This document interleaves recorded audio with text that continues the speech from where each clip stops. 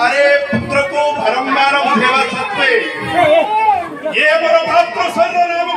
छत्र राम को परित्याग कर रहे हेलो